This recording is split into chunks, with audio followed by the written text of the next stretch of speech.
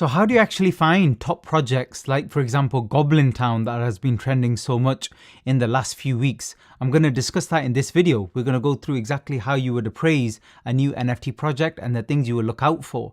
And one thing you have to understand is this process has changed a lot, even compared to say 6 months ago. And the thing you have to remember about this is the process has changed. When I first started in trading NFTs, the process I was using was completely different. In fact, even the process you using 2-3 months ago will be different now. And the reason for that is, for example, Goblintown, they don't even have a Discord. They literally launch without any roadmap. And most people look at that and they think, they think to panic. But there's a reason why Goblintown's done so well. And that's what I'm going to discuss in this video. And then when you have a think about how it really works, what really pushes NFTs, what the few NFTs do differently that makes them stand out from all of the competition, then you'll really understand how to appraise them in future, because the space is moving so quickly and we're getting new innovation all of the time. So let's discuss that. So I'm here on OpenSea and you can see Goblintown.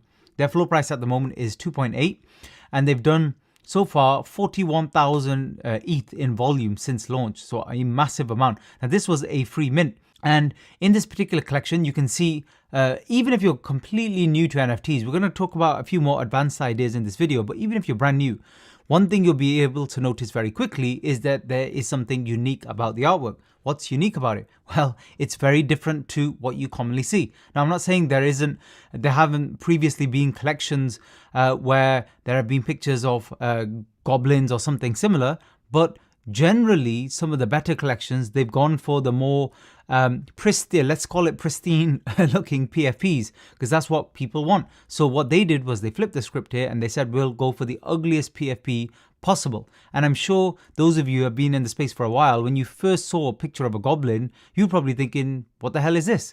That's exactly what they were trying to do, intending to do. They garnered your attention there immediately, and they're almost appealing to a completely different crowd, to people who don't care about the establishment or the established blue chip projects, or even hate secretly the blue chip projects. So they are appealing to that kind of market. And with that, they did really, really well. Now they have another collection as well, which is called the McGoblin. So a spin really on McDonald's meals. And this collection is doing particularly well as well. We'll discuss why it's pumped recently in just a minute. But this collection also doing really well, and it's done 4,000 Ethereum in volume so far. You can see it's holding a very healthy floor price, and there's 8,000 items in this collection. And in this, you've got the standard 10,000 collections. They didn't try and do anything fancy in terms of the number of units. What they were concentrating on in terms of innovation were, first of all, the artwork, and then the other things we're going to get onto in just a minute. So let's go on to their Twitter now. This is their Twitter page. They've got 122,000 followers. So as you've heard me mention before, if you've been following my channel for a while, and if you haven't, make sure you subscribe, turn on the notification bell. I'll be releasing a lot of educational videos like this here on the channel. You can see they've got 122,000, but a lot of that grew after their launch. When they launched, they had a lot less, but they don't have a Discord. So they're relying purely on organic Twitter growth. And because there's no Discord, there's nowhere where the community can really talk as such. So what they basically created was this scenario where basically people are using Twitter to actually discuss the project, which is, again, it's innovative, it's different. Whether it will stand the test of time, I have mixed feelings on that, because I don't know, it's really hard to say. However, this collection, I think long term will still do well, just because if you look at the history of NFTs, any new NFT that's been the first in its new niche, the first style of something, the OG, generally they tend to do very well long term. And you get a lot more investor types, blue chip investors, whale investors. They go for these projects and they just hold them forever and are happy to take the swings. Whereas people who have no money, they panic. They'll buy something like this and it goes down 20% and they'll panic and sell. Paper hands, which is commonly called in the space. Now, what was different about their Twitter?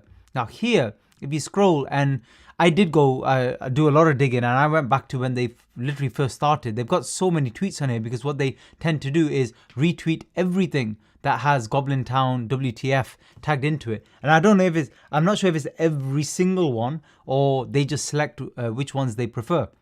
but it could be every single one, and they could even have it on automatic, on autopilot mode, where they're using software so that it just automatically retweets, which is quite possible too.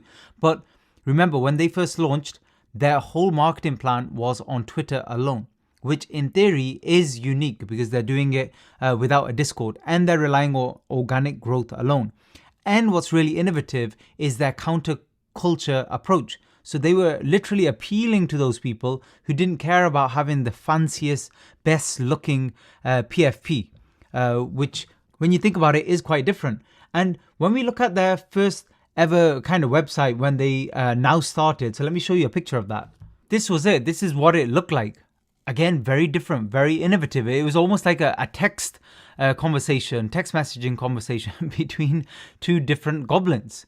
And that was really cool. And they were very matter of fact in the way that they approached the website. They were very honest and transparent. It says it right here. No roadmap, no Discord, no utility.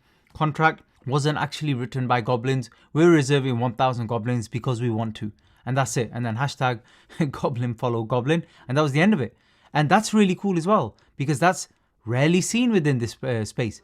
They've just been very, very clear on what they were doing there. Now, the problem they had was after launch, everybody started jumping on their backs, asking, will there be any utility in future, once it really took off? And I'm not sure the founders knew it would take off as well as it did. And I think maybe it was market conditions as well. People really wanted something different, kind of cheering up almost. So I think that favored them, the fact that it was bear market conditions, ironically, and the fact that it was a free mint, which again was kind of a new meta at the time, and there weren't many bigger collections doing free mints or even considering it. Now let's go through some numbers, let's go through some stats with Goblintown, and I want to show you the blue chip holders as well in this particular collection. Just before I do that, on our Discord, on NFT Wizards, we're doing some very special features for those of you who hold Goblin NFTs, Goblintown NFTs, and also Muck Goblin NFTs.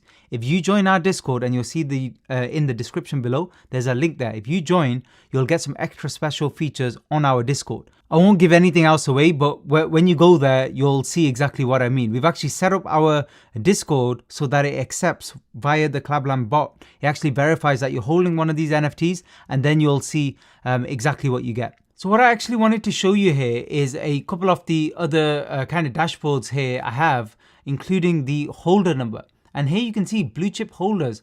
Out of all of the holding, 1,592, so nearly 40% of all are considered blue chip holders. What that usually means is they're holding one of the other blue chip collections. Now, the other blue chip collections, their floor prices are very high. If you think about Mutant Apes, Bored Ape, etc. So the fact that those type of investors are involved here in a big way is, in my opinion, significant. Now, whether they were buying when the price was like 7 or 8 ETH, or whether they bought recently, I don't know. But then you've also got number of whales, 68. This is defined as those holding over $1 million worth of in NFTs. Now, the problem is because people have so many different kind of wallets and stuff, it's very difficult to track this stuff accurately. And then there's another thing, whether this type of stuff is actually meaningful when it comes to analysis, whether it means long-term it will do well. I can certainly say that these type of stats you tend to see early on in collections that potentially could have a lot of value long term. So if you think of Azuki, for example, in the first few weeks, you were seeing these types of numbers from what I recall.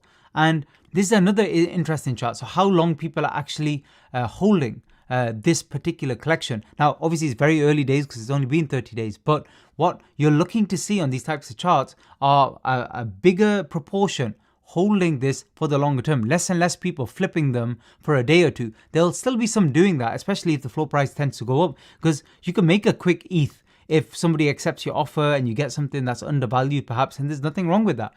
But that's another thing I'm looking at in this particular collection long term, the original Goblin collection, I mean. And this profit leaderboard I've discussed before on YouTube a lot, but it's really cool. So on different types of software, you get this. And this is always nice because it puts things in perspective.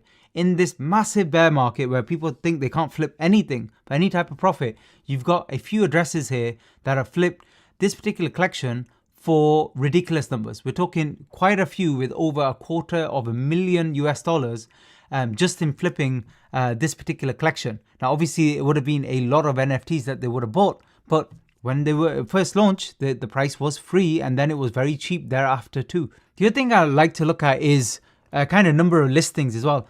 Not the most reliable, but generally longer term, you expect this to drop over time. And if you go back kind of 30 days or so, the thing with the listings is it's been reasonably consistent. I wonder then in the future if you get to a point that slowly starts to reduce. I'm just making sure I've got the whole chart here. Yeah.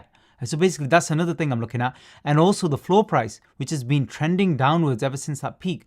Are we gonna then get support and go sideways for a while, and then we get a supply shock, and then we get a breakout in this particular collection? Because at the moment people are still flipping.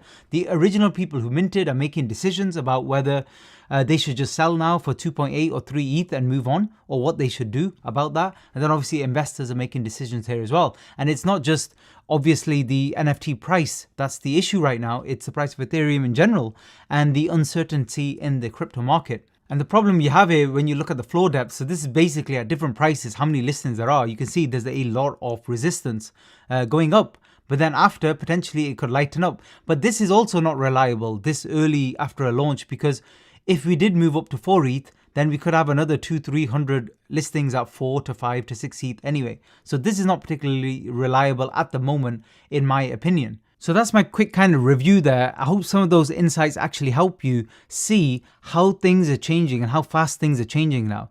What you're really trying to look for is there a project that's doing something a little bit different, innovative? So that doesn't only go for artwork. It could go for the whole structure. It could go for the roadmap. It could go for the marketing. It can even go for the contract, which is what we've seen recently in Moonrunners. And we'll see how that goes too. Because innovation there is again something new within the space. There's just too many projects. Like we saw how many ape derivatives there were a few months ago. Literally thousands and thousands of collections. And unfortunately, because they did nothing apart from just a slightly better or slightly different type of artwork, there's nothing else going on there with the collection. They're not doing very well right now for that reason. Let me know if you have any questions in the comment section below, and I'll be back with another one soon. Thanks for listening.